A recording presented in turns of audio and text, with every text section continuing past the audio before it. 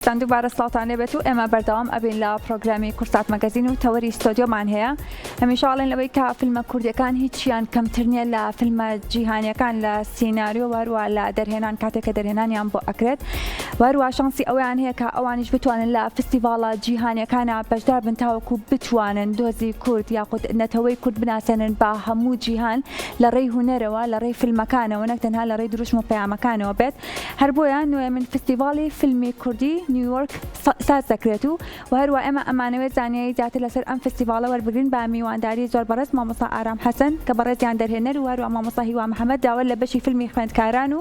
هەر مامۆستا ئارام حەسەن هەروەکو کۆدایرەکتەریش بەشدار ئەبێت. سڵاوتان لێبێ بەخێربێن سەر چاڵمان بەخێربێن سەر چاڵمان. مامۆستا هیوا با لە بەڕێستەوە دەست پێ بکەین سەرتا باسێک لە نوێمین فستیڤاڵی فیلمی کوردی نیویۆرک بکەین. دیارەوە 9 ساڵە ئەم ساڵەکاتە 9 ساڵم فستیڤاڵە بەردەوامە تێیدا لە هەر چوار پارچەی کوردستان دە دیاسپۆراش فیلمی کوردی جا شەر نییە زمانەکەش کوردی بێ بەڵام گرنگی بە کوردەیە کە لە سوید بێ لە هەج وڵاتی لە ئەوروپا لە ئەمریکا لە پارچە جیاوازەکانی کوردستان فیلم دروستکا و لە لای خۆی کۆی کاتەوە. باشە تایبەتمەندی فیلمەکان کە وەرەگیرێت بۆ نوێمین فستیڤاڵ چییە؟ تایبەتمەندیەکان ئەوەیە کە فیلمەکە خاوەن ئایدیایەکی کوردی بێ یعنی دیدگایەکی بۆ کورد هەبێ ینی هەڵگری بڕوایەکی کوردانە بێ بەرامبەر فستیڤاڵەکە و بەرامبەر خەڵک بۆی ئاشنایکە لە ناو بینەرانی ئەمریکی و بینەرانی نێودەوڵەتیە لە نیویۆرک. خۆتانەزان نیویۆرک شارێکی یان شوێنێکی نێودەوڵەتیە زیاتر یعنی لەوە دەرچووە کە شارێک بێ لێرە زۆرترین خەڵکانی جیاواز کۆبنەوە لە نەتەوەی جیاواز. ئەم فستیڤاڵە هەوڵەیە فیلمی کوردی دەرێنەری کورد نووسری کورد ئاشنا بکە بە بینەری جیاواز. مامۆستا ئارام کە بەڕێستان کۆ دایرەکتەرن پێمان بڵێ بزانینەوەی کاتێکە ئەم فیلمانە لەوێ نمایش ئەکرێت لەم فستیڤاڵەدا مەرجۆ ڕێکاردانراوە بۆ ئەم فیلمانە لەوەی کە ئەبێت چۆن بێت ناوەڕۆکیان چۆن بێت ئینجاتوانن بەشدار بن؟ بەڵێ ئێمە یەکەم شت لە فستیڤاڵەکە بۆ ئەم ساڵ 400 فیلمی کوردی لە کوردستانی گەورەوە بەدەستمان گەیشتووە. باشە خودی لەم 400 توانیمانە تەنها 30 فیلم بچێتە نێو فستیڤاڵەکە بە فیلمی کورد و درێژ و خوێندکاران و ئەو بەشانەی تری کە هەیە. جیاوازی لەوەی کە ئەم فیلمە فستیڤاڵەکە ئیش لەسەر فیلمی کوردیەکانی هیچ فیلمێکی بیانی ناهێنینە نەو فیلمەکانەوە بەڵام یەکێ لە گرنگەکانی کێمە پێمان وایە ئەبێ ئەو بابەتە بابەتێکی تەواو کوردی بێت چونکە نیشاندانی فیلمێکی کوردی لە کۆمەڵگایەکی ئەمریکیە زۆر جیاوازترە لەوەی کە فیلمێکی کوردی مەسەرەن لە شاری سلێمانی نمایش کرێ. بۆیە جیاوازەکە ئەوەیە کە ئێمە پێمان وایە بە تەواوەتێ بێ هەموو مادەکانی کوردی بێ بە تایبەتی لە ڕووی زمانەوە کە ئێمە پێمان وایە هەر دیالێکتێ بێ بەڵام ئەبێ کوردی بەشێک لە زمانە سەرێکیەکەی بێ لە کاتێکە و ڕێگریشمان نەکردووە لەو دەرهێنەرە نیکە کورد نین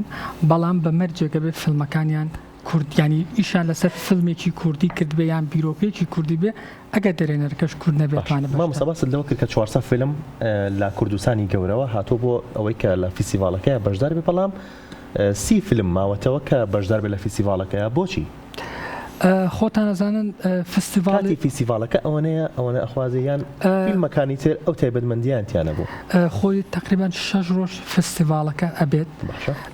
لەبەرەوەی لە نیویۆرک لە مانهاتایە شوێنێکی زۆر لە ڕووی هینەوە زۆر گرانە کە تۆ سینەماکانی ئەوێ نمایشی پێەکەیت و لەبەرەوەی فستیڤاڵی فیلمی کوردیش فستیڤاڵێکە کە چەند گەنجێک و بە هەوڵ سپۆنسەری و دروستەکەن بۆی کە ئەو فستیڤاڵە بەردەوام بیانی سپۆنسەری حکومی نییە یان شوێنێکی ڕێکخراوێکیەوە نییە کە سەپۆرتی ئەمە بکە بۆیە ئەو گەنجانی کە لەوێن خۆیان لەم لەولا هەوڵی پەیداکردنی سپۆنسەرەدەن بۆ فستیڤاڵەکە بۆیە وەکو هین تەنها ئەم ساڵ کە توانیمان هەوڵ بن 30 فیلم بتوانین جێ بکەینەوە فیلمی زۆر باشاتوە بەڵام لەگەڵ ئەوەشە ویستم یەک شتی تر باسکەم فستیڤاڵی فیلمی کوردی نیویۆرک تەنها فستیڤاڵی نمایشی فیلم نییە ئێمە وەرکشۆپمانێ لە خلالی ئەوە لە مەسەلەن لەسەر بابەتی دیکۆمنتاری بێ لەسەر ئەو بابەتانی کە هەر ساڵ و لەسەر بابەتێک ئیش ئەەکەین و لەگەڵیشە بڵاوکراوی بەرهەمی کتێبی کوردیمانێ کە کراوەتە ئینگلیزی ینی تەنها نمایشی فلم نییە لە نێو فستیڤالەکە. زۆر باشە. مامۆستا هیوا فیلمی تەواو کوردی، بیرۆکی کوردی، ناوەڕۆکی کوردی، بەڵام بۆچی نمایشکردنەکەی لە وڵاتێکی بیانی؟ لەبەرەوەی تۆ زیاتر بەربینەرێکی جیاوازتر بکەوی، ینی گرنگیەکەی لێرە ئەوەیە دوای خۆت بناسیێنی بزانی کورد کێیە، ینی لە لای بینەرێکی ئەمریکی فەڕەنسی کەسێکی دەرەوەی خۆت نمایشەکەی فستیڤال ئەمە ئەرکیەتی، ینی بۆیە تۆ ئەیبیتە دەرەوە تۆ لەوانێ لە مەجالێکی ترە ئەو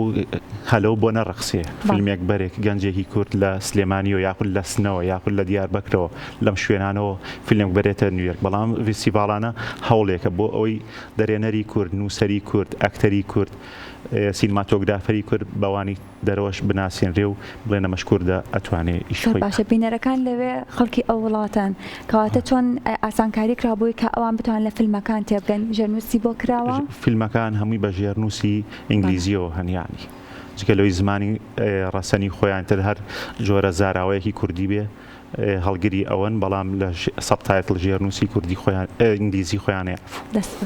مامۆستا پرسیارێکم بۆ بەڕێزت، گێڕانەوەی چیرۆکێکی کوردی لە فیلمێکی کوردیە بۆ کەسێکی بیانی کە ڕەنگە هیچ دەربارەی کورد نەزانێ ئەمە گرنگیەکەی چییە؟ ئێمە یەک ئاگادار یەکشت بین، ئێمە کوردمان زۆرە کە لە هەندێرانن لە ئەمریکان. من باسی کوردەکان ناکەم، ئەگەر کەسێکی بیانی کە هیچ دەربارەی کورد نەزانێ بێتە فستیڤالەکەەوە فیلمێکی کوردی چیرۆکێکی کوردی ببینێت، ئەمە ئێوەتانوێت چی بگەێنن بەم کەسە؟ ئێمە چەند ویستم لەسەر ئەو بێ ئێمە تەنانەت لە هەوڵی کۆمەڵێک ساڵانە کۆمەڵێک دەرهێنەری گەنجەکانیش ئەبینە ئەوە، ینی هەر تەنها نمایشی فیلمەکانیان نییە، خۆشیان هەوڵێکی زۆرە دێن کە بتوانین ئەمانیش ببینە دەرەوە بۆ ئەوانیش ئاشنا بن بۆ دەرهێنەرانی تر کە هەن چکە خێری فستیڤالەکە دەرهێنەری خەیرە کوردی زۆر دێنە ئەوێ. باسەکە لە دوو سێ حاڵەتە، یەکێ لەوەی کە ئێمە هەم چیرۆکی باشمان هەیە، هەم وڵاتەکە ئێمە کوردستان بۆ لۆکیشنی فیلمی زۆر گرنگە، ئەمەش هۆکارێکیەوە بێت لەوە چێت یەکێ لەو دەرهێنانن لە داهاتووە بیرکاتۆ فیلمێک لە ناو ئەم وڵات هێما دروستکە ئێمەش بچینە ناو ئەو بزنسە سینەمایی کە دنیا ئێستا بەدوایە ئەڕوات. بەڵام ئەوی من خوێنەوەی بۆکەم ئەمە تەنیا کەشێکی سینەمایی نییە، تەنیا نمایشکردنی فیلمەکان نییە، ئەوەندەی کە پردی نێوان کورد و وڵاتێکی دیکەیە، پردی کەلتوری نێوان کورد و وڵاتێکی دیکەیە و گەیاندنی چیرۆکێکی کوردانەیە بە وڵاتێکی بێگانە. تەنانەت ئێمە یەکی لە هەل لە ئۆپنینشەوە هەموو خواردنانی کە لێش پێشە شکلێک کوردیە، بۆی کە ئەوان تەنانەت نەکرد بە جۆری فیلم جلوبەرێک تەنانەت بە جۆری خواردنەکەش ئاشنایی کوردستان زۆر باشە. لە 400 فیلم 30 فیلم هەڵبژێردراوە، ئەو مەرجانە چی بوون؟ چی کرا بە پێوەر بۆ ئەوەی لەم 400 فیلمە بڵێن ئەم 30 فیلمە لەم نمایش لەم فستیڤالەدا نمایش دەکرێن؟ خۆی هەر جارە و کە فستیڤالێک ئەکرێ پەیامێکی خۆی هەیە لەسەر ئەساسی ئەم پەیامە، یانی ئەم فستیڤالە کە بناغی خۆیە چەسپێنێ بۆ ئەم ساڵ ئەمەم ئەوێ بە دیاریکرای. ئەم ساڵیش پەیامی فستیڤالەکە کوردی هەر چوار پارچە کوردی دیاسپۆرا بوو، کۆکردنەوەی سەرجەمی کورد بوو لە خۆی، بۆیە سیرەکەی فیلمێکی زۆرت بۆ هات، بەڵام کۆمەڵێک کاتێگۆری یاخود کۆمەڵێ ڕەگەزی سینەماییمان ئێمە دیاری کرد لەوێ. ئێمە لە ڕووی سینەماتۆگرافیەوە، گێڕانەوەی چیرۆکەوە، ئەکتینگەوە ینی نواندنەوە، لەگەڵ پۆست پرۆدەکشنە ئیدیتین و کەلەرین و میوزیک و شتانە ئەمانەمان دیاری کرد ئەم فیلمانە کامانیان لەم ڕوانەوە باشن بۆ بچنە ناو فستیڤالەکەەوە، لەمانەوە هەڵمان سنگانن فیلمەکان. هەرچەندە فیلمەکان لە ئێستا وەرگیراوە، ئێوەجاتان کردووە کە چه فیلمێک بەشدار بێ، بەڵام شێوازی وەرگرتنی فیلمەکانتان چۆن بووە؟ یەکێک بیرمان نەچێ هەندێک جار ئێمە لە فستیڤاڵی نیویۆرکەوەی کە زۆر بەلامان و گرنگ بووە کە ئەبێت فیلمی هەر چوار پارچەی کوردستان بەشدار بێت لەو فیلمە. ڕەنگە لە هەندێک بەشمان هەیە بەشەکانی کوردستان لە ڕووی کواڵێتی فیلمەوە زۆر زیاتر بن، بەڵام ئێمە ئەومان کردوتە پێوە کە ئەبێ فیلمەکان هی هەر چوار پارچەی کوردستان بن و بینەری لێەوە کۆب بێتەوە، ینی زۆر جار مەسەلەن ناردنی فیلمەکان بە پێی ئەو ناوچەی کە تایەتی هەندێک جار مەسەلەن لە ڕۆژئاوا ببوونی ئەو شەڕەوە فیلم کەمتر بەرهەم دێریان تا ناوچەیەکی تر، بەڵام ئێمە فۆکسمان لەسەرەوە بۆ کە ئەبێت لەم فیلمانی کە هەڵە بژێرن نوێنەرایەتی هەر چوار پارچەی کوردستان هەر بۆ جۆرەشە هەر بۆ فیلمەکە نوێنەرایەتی هەر چوار پارچەی کوردستانی هەیە بەڵێ باشە مامۆساوەکو لیژنەی داوەران ئەم پرسیارم با بۆ هەردوو لاتان بێت هەڵسەنگاندنتان بۆ فیلمەکان چۆنە؟ فیلمی زۆر باش ینی لەو ئاستەیان لە ئاستێکی جیهانیان لەو ئاسیان کە لە تۆ لە نیویۆرک کاپشانی بینەرێک فیلمسازیەک خەڵکێکی ئەمریکی خەڵکێکی نێودەوڵەتی بیشکە فیلمەکان هەڵگری بابەتێکی کوردانن ئەمڕۆیشیان تایە ڕابردووشیان تایانی داهاتووشیان تایانی تەسەوریان تایە فیلمەکان لە ڕووی وێنەیەوە توانیویانە زۆر باش بابەتەکان بگەێن. زۆر باشە ئەم فیلمانە کاتێک کە نمایش ئەکرێت بە دڵنیاییەوە لەوەی کە هەر خۆی ئەسەسی فیلمەکە وەرگیراوە ئەمە بەشەکە لە براوەی فستیڤالەکە بەڵام لە دواییشە براوە دیاری ئەکرێت لە فستیڤالەکەیان پێوەتان داناوە هەڵسەنگاندن لەسەرچی ئەکرێت لیژنەی داوەران چۆن ئەو فیلمانە هەڵەسەنگێنن بۆی کە خەڵاتی براوی فستیڤالەکە بەرن. ئێمە فیلمەکان لە کاتی فستیڤالەکە هەڵە بشێنین پێشەوە هیچ پێوەرێت تا ڕۆژی نمایشکردنی فستیڤالەکە لێوە دیارێکرێت کە باشترین فیلم بۆ ئەوە هەرچەنە ئێمە پێمان وایە هەرچی فیلمە کوردەکان هەمویان باشترینن یەکی لەو هەڵبژاردننی سێ فیلمەش بەشێک لە فستیڤالەکەمان نەناچارێ بووینە زۆر فیلمی باشتر ئەمانتوانی بەشدار بکەین کە هەوڵە دەین بتوانین ئەو کوردەکان یاوانەی کە لەوێن بتوان سەپۆرتێکی باشتری ئەم فستیڤالە بکەن کە بتوان لە داهاتوە بتوان فیلمی باشتر مەودایەکی باشتریانە بێ بۆ نمایشکردنی فیلمە کوردەکان. بوونی فستیڤالێک مامۆستا گرنگی چییە؟ ئێمە ئەستا ڕەنگە کەسێک بینەری بینە بەرنامەکە ئێمە بێ بڵێم چی پێویستمان بە فستیڤال و بە فستیڤاڵی فیلم هەیە نەک لە ناوخۆی کوردستانە بگرە لە نیویۆرکیش. من پێم وایە دوو جیاوازی هەیە ئەگەر فستیڤال لە خودی کوردستانە بێ من پێم وایە هەندێک پێوەر هەیە کە زۆر گرنگە چونکە یەکشت بزان ئێمە گەر دەرهێنەرمان نەبێت فیلممان نەبێت فستیڤال هیچ بەهایەکی نییە بۆیە زۆر گرنگە چەندێک گرنگی بە فستیڤالە درێ ئەوەندەش گرنگی بە دەرهێنەرەکان و سەپۆرتی ئەو گەنجانە بکرێت کە دێن ناوە من پێم وایە بۆ ئێمە بۆ دەرەوە زۆر گرنگترە لەبەرەوەی ئێمە جیاوازێکمان هەیە کە من زۆر مشکلم لەگەڵیا هەیە تەنانەت لە هەندێک لە فیلمەکانی شاکاکرێ زۆر مەعاناتی کورد نیشانە درێزانی ئێمە شتی زۆر جوانتمان هەیە یعنی جگە لە مەعانات ئێمە یارسانەکانمانێ موزیکمانێ هەورامانمانێ ئێمە زۆر شتی جوانمانەیە کە مەتوانین خۆمان نمایشکن من پێم وایە سەردەمی ئەو بەسەر چووکەیتە بڵێن ئێمە وامان لێ هاو ئێمە داماوی ئێمە چیمان بەسەرە و ئەبێم وەکو کورد خۆمان نیشان بدەین. چیرۆکی ئەم فیلمانی کە بەشدارە بن لە فستیڤاڵی ئەم ساڵە کە نوێمین فستیڤاڵی فیلمی کوردی نیویۆرکە لەو جۆرە بەشێکی گرنگی لەوانەی کە زۆر پێمانوە بۆ ئەو فیلمانی کە فیلمی موزیکین بەتایبەتوە ئەو ناوچانە ئەو کەلتورانی کە نیشانە درێ بۆ ئێمە زۆر زۆر گرنگەوە نیشانیشی بین کە ئێمە بەڕاستی کوردی بەهرە و بەتوانامان هەندێک چیرۆکتان نایە بۆمان بگەڕنەوە کە جیاواز بێت بەشداریکردنی ئەم چیرۆکە جیاواز بێت لە چاو ساڵانی ڕابردووی فستیڤاڵەکەیە؟ بەڵێ یەکێک لەوانەیە کە ئێمە مۆزوعی دیالێکتە زمانەکە هەوڵمانداوە بە هەموو دیالێکتە جیاوازەکانەوە فیلم بەرینەوە یەک دوو فیلمانەیە هەر بە هەورامی بە جلوبەرکی هەورامانەوە چۆت ینی هێناومانە کە باسی من یەکێ لەوانەیە کە زۆر جیاواز لەوانی تربیرەکەم و بەڕاستیمە پێویستمان بۆی تر سەردەمی بێتاقەتی و پێویستە مامۆساژڵە پێویستە هێزی خۆپشان بیتر هێزە کللتوریەکەت لە پەنا هێزە سیاسیەکەتا لە پەنا هەر هێزە ئابوووریەکەتا ئەبێ هێزە کللتوریەکەشی خۆشت دەرخەی پیشانی خەڵکی دەرەوەی بزانی بچوو ئەگەر سەیری فیلمێکی ئەمریکی بکەین هەمیشە پێمان وایە ئەمریکا ڕزگارکەرە لەبەرەوەی لەو فیلمانەوە بینیومانە کە لە کۆتەهەیە واژ نییە بەڵام ئەو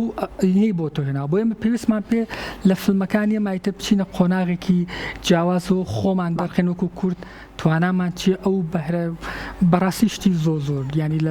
لەو فیلمانەیە شتی زۆر زۆر جوانمان هەیە لەسەر بەسەنێکی لەو فیلمانی کە لە ناوچی خۆراسانەوە کراوە زۆر شتی تایبەتمەندی جوانی هەیە کە لە نێو فستیڤاڵەکە نمایش. نوێمینی فستیڤاڵە لە کۆتاییشە براوەیەک دەست دەستنیشانەکرێت لا بینە سەر هەشت فستیڤالەکەی پێشووتر ئەم براوانە هەتاوەکو کۆتا ڕۆژی فستیڤالە لە بەرەوەی هەندێک جار فستیڤالەکانی من بەتایبەتی فستیڤالە هونەری و کلتوریەکان وایە کە تەنها ئەم ماوەیە فستیڤالەکە بەردەوام ئەبێت و لە پاشاندا دەست بەرداری ئەو کەسانە ئەبن کە بەشدار بوون لە فستیڤالەکەدا یاخود ئێوە لەگەڵیانە ئەبن بە ئەوەی کا بتوانن لە دواییشدا چەندین بەرهەمی جوانی دیکە بەرهەم بهێنن هەمیشە پەیوەندیانە مێنێ ینی بە بەڕێوەبەرانی فستیڤالەوە چکە ئەمە وەکو وتمان سەرەتا وتمان ئەمە دەرهێنەر کەسانی هەر چوار پارچەیە کەسانی دیاسپۆرایانێ لە هەندەران فیلم دروستەکەن هەمیشە پەیوەندیەک دروستە بێ چکە وەکو کۆمەڵگەیەکە سۆسیال میدیایەکە ینی ئەوێ لێرە پەیوەندیەکانی خۆیان دروستەکەن ینی هەمیشە یانی دەستبەرداری یەکتر ناون دەستبەرداریشیان نابن فستیڤال ئەو هەشت فستیڤاڵی پێشتر کە بەشدار بوون تا ئێستا پەیوەندیتان ماوە لەگەڵیانە بەشێکمان هەیە کە دیسان ئەوانەی کە دەرهێنەری زۆر باشن ئەبنە هاوکاری نێو فستیڤالەکە بەشێکی زۆرمان بەڵێ ئێستا بەشدار بوو هەیە لە هەشت خولەکە بەشدار بوو بێت و ئەم جارش بەشدار بە لە نوێمین خولە بۆ شێوەیە نازانم بەڵام بەشێکمان هەیە و ئێستا بەشێکی لاوانی ئەمریکیشمان لەگەڵانی کورد نین کە سەپۆرتی وەکو هاوکاری وەکو ڤۆڵنتەری لە نێو فستیڤالەکە کارمان لەگەڵاکە باشە باسی خواردنی کوردیتان کرد خواردنی کوردیتان هەیە و جگەلەوە چالاکی ترچیتان هەیە لە شەش ڕۆژی فستیڤالەکە ئێمە هەمیشە هەموو ساڵە چارێکمان بۆ مناڵەکانیشە بۆ هەندێک کتێب و هەندێک یاری و هەندێک فیلمی تایبەتمان هەیە کە بۆ مناڵان پێشکەشێکە لە نێو فستیڤالەکە جگەلەوەش مۆزوعی بڵاوکردنەوەی کتێبمان هەیە لە نێو فستیڤالەکە و لەگەڵیشە مۆزوعی وەرکشۆپمانە بێ بۆەوە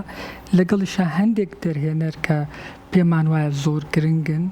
و پێویستن داواتەکرێنە نێو فستیڤالەکە و لێدوانێ لەگەڵات کاتی فستیڤالەکە کەی بەڕێوە ئەچێت و لە ئاچەنەوە دەست پێ ئەکات کاتەکەی بەس لە 29 لە 29 بەڵێ کاتەکەی لەگەڵ ما زۆر جیاوازە لەگەڵ کوردستان تقریبا 6 دەست پێکە کە کاتە 12 شەوی ئێمەتر دوای ئەوکات ینی تقریبا نزیکەی بە پێ ڕۆژەکان فەرقەکە ئۆپنینمان نزیکی 5 ساعتمانە بێت بەڵام ڕۆژەکانی تر بە پێی تایمی فیلمەکان کە لە داواتنووسکە لە ڕێی ئەکاونتەکە و پلانی بەر فستیڤالەکە بڵاوکە مامۆستا جیاوازی هەیە لە نێوان فستیڤالێکە کە لە ناوخۆی هەرێمی کوردستانە بکرێت و فستیڤالێکیش کە لە دەرەوەی کوردستان بکرێت و ئەم فستیڤالە کرێت بڵین جیاوازی چییە؟ من پێم وایە زۆر جیاوازیەکی زۆری هەیە و من هەندێک جار لێرە گلەیم لەم فستیڤالانە ژەیە کە لێراکرێت لەبەرەوەی پێم وایە یەکێ لە گلەیەکان ئەوەیە کە بەڕاستی فستیڤال ئێمە پێویستمان بە پەروەردەکردن هەیە و دروستکردنی گەنجی تازە هەیە بۆ ئەم بابەتە و پێم وایە بەبوونی وەرکشۆپێکی 5 ڕۆژی 6 ڕۆژی تۆ ناتوانانی گەنجێک پێ بگەێنی بۆ ئێمە پێویستمان بەوەی بۆ زانکۆکان ئەو ناوەندە ئەکادیمیانی کە هەن کە پێویستە سەپۆرتێکی زۆر باش بکرێن و پێویستە ئەمانە کاریان لەسەر کرد لە 4 ساڵی داهاتوە چەند گەنجی ترەتوانی بینی تەناوە بۆی ئەمە زۆر گرنگترەوە فۆکسمان لە ناوەندەکانی خوێندن بێ بۆی کێمە بتوانین ناو کەسانێکی زۆر باش بینە ناو ئەگەر وانەکەین کۆمەڵێک کەس ئەمێنەوە بە پەنجەی دەست لەم فستیڤالە ئەچنە فستیڤالێکی تر لە فستیڤالێکی تر بۆیە گەنجی نوێ پێناگەێنین بۆی من پێم وایە ئەبێ کێلەوانی کە کاری لەسەر بکرین ئەو ناوەندە خوێندانە تەرکیزمان زیاتر لە سریان بێ بۆی گەنجێکی باشتر فستیڤالە خۆتان کارتان لەسەر ئەو جۆرە ویستم ئەوەت بۆ باسکەم فستیڤالی کوردی لە نێو خۆیە لەگەڵ دەرەوە ئەو جیاوازی هەیە لە فستیڤالەکانی دەرەوە ئێمە کارمان لەسەرەوە کردووە مەسەلەن یەکێ لەوانە کە بەشی ستیودنتە چونکە تەلب خوێندکارێک لەوەچێ لە ڕووی تواناوە نەتوانێت فیلمێکی زۆر باش بەرهەم بێنێ بۆیە مەجای ئەوەی هەبێ توانای ئەوەی هەبێ فیلمەکەی نمایش کرێ پێویستمان بەوە هەیە بۆیە کە لە فستیڤالەکان بەشی ستیودنتمان جا کردەوە بۆی کە بتوانین ئەو گەنجانی کە ئیمکانێتێکی کەمیان هەیە بتوانین بەشدار بن لە فستیڤالەکە زۆر باشە لە ڕێی ئەم فستیڤالەوە هەوڵتان نەداوەلەوەی کە بتوان ئێمە خوێندکاری زۆرمان هەیە لە بەشی فیلمسازی سکۆلەرشیپیان بۆ وەرگرن کە بتوان ئەوانیش بەشدار بن زۆر هەوڵگراوە ناڵێم هەوڵ نەیراوە بەڵام خۆتە زانی وەزعەکە وەزع سیاسەکانی دایمە کاریگەری هەیە لەسەر ئەوە ئەجینا زۆر باشترە کە بێنە ئەوێ خۆیان بە چاوی خۆیان فستیڤالەکە ببینن تەماشاییکەن فیلمەکان هەڵسەنگێنن لە ناو مناقەشەکانە بەردەوام لەوێ ئامادەمە لە ناو سیمینارەکانە وەکو مامۆساوتی یعنی ئەو بەر ئەو کەشتە جیاوازە بکەوە ئەمە حەزی ئێمە و ئەگەر هەوڵیشی بۆین ئەتوانین لە ئێستا بڵین ئاستی فیلمە کوردیەکانی شوردەوە لە بەرزبوونەوەیە ئێستا لە ڕووی تەکنیکیەوە بەتایبەت ئیتر شتێکی زۆر فەرقێکی واینێ لەگەڵ ئاستە جیانەکە بەزەوەیە کە پێشوازی بینەرمان ماوە یعنی لی بکەین ئامادەیکەین بینەرەکە پەروەردەکەین بێت ببینێ فیلمی کوردی ببینێت دەستان خۆش مامۆستایان بەکەوتن بۆ بەڕێسان و بۆ فیسیڤالەکە شتێکتان هەبێت لە کۆتایی و پایانی کۆتاییتان تانەوەی ئاماژەی پێبەن و شتێک بێت کە گفتوگوێ لەسەر نەکراوێت سپاسی ئەوواکەین کورساد وەکو هەمیشە ئەم نێوەندی کولتوریە زیاتر بەسەرمانەکاتەوە هەرەوە نەمانەیە و سپاسی ئەوەکەم سپاس بۆ و هیوادارین کورسات لەگەڵمانابێت لە کاتی فستیڤالەکە و بتوانین ڕۆماڵی فستیڤالەکەمان سپاس بۆ ئامادەبوونەوەی سەرکەوتنتان بۆ خواردن دووبارە سپاس.